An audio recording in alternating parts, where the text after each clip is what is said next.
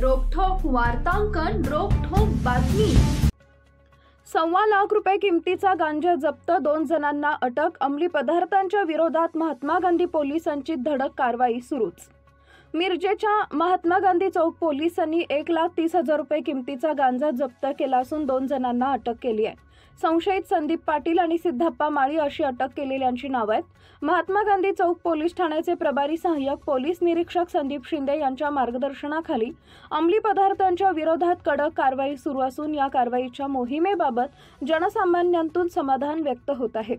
सांगली कोल्हापूर रोडवर हायवे ब्रिजच्या खाली गांजाची विक्री होणार असल्याची खात्रीलायक माहिती पोलिसांना मिळाली। पोलिसांनी सापळा रचून 2 आरोपींना ताब्यात घेतलं आणि त्यांच्याकडून 5 किलो 200 ग्रॅम वजनाचा 1,30,000 रुपये किमतीचा तयार गांजा जप्त केला। आरोपी संदीप पाटील आणि सिद्धप्पा माळी अशी अटक केलेल्यांची नावे आहेत।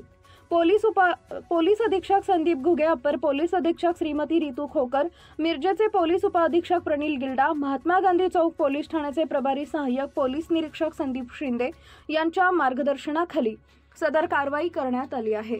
पोलीस उपनिरीक्षक संदीप गुरव, श्रेणी पोलीस उपनिरीक्षक Dhananjay Chavan, Uday Kulkarni, police head constable Suraj Patil, Sakshi Patange, police Naik Nanasaheb Chandanshive, police constable Javed Shaikh, Mohsin Tinmaker, Basavaraj Kundgol, Vinod Chavan, Amol Todkar, Rajendra Harge, चालक श्रेणी पोलीस उपनिरीक्षक सतीश कुमार पाटील, चालक सहाय्यक पोलीस उपनिरीक्षक सुनील कांबळे, सायबर पोलीस ठाणेकडील सहाय्यक पोलीस निरीक्षक श्रीमती रुपाली बोबडे, पोलीस उपनिरीक्षक अप्रोच Pathan, police constable captain Gundwade, Ajay Patil, Vijay Patankar यांनी या कारवाईत सहभाग घेतला। महाराष्ट्रातील महत्त्वाच्या आणि ताज्या बातम्या पाहण्यासाठी आमच्या जय हो न्यूज चॅनलला सबस्क्राइब करा आणि बेल आयकॉन प्रेस करा।